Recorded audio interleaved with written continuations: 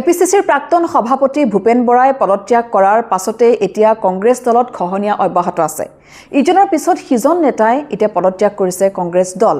যেহেতু শেহতীয়াকৈ এপিচিচিৰ তিনিগৰাকী শীৰ্ষ নেতাই কংগ্ৰেছ দল ত্যাগ কৰিছে। ইতিমধ্যে গৌৰৱ গগৈৰ হাতত পদত্যাগ পত্ৰ প্ৰদান কৰিছে সেই তিনিগৰাকী শীৰ্ষ নেতাই। এই তিনিগৰাকী শীৰ্ষ নেতাৰ ভিতৰত হৈছে আনোৱাৰ হুছেইন লস্কৰ, কিৰণ বনিয়া আৰু আনজন হৈছে এটি হাবিব আহমেদ।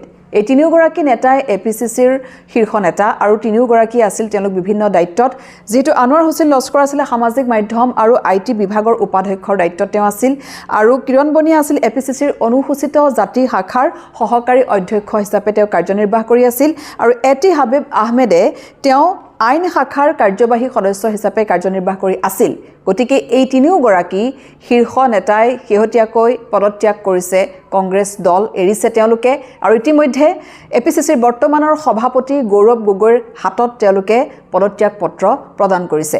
গতিকে নিৰ্বাচনৰ পূৰ্বে যি ধৰণে এতিয়া কংগ্ৰেছ দলত খহনীয়া আৰম্ভ হৈছে, এই খহনীয়াই হয়তো যথেষ্ট নিৰ্বাচনৰ পূৰ্বে দলটোক ক্ষতি কৰিব।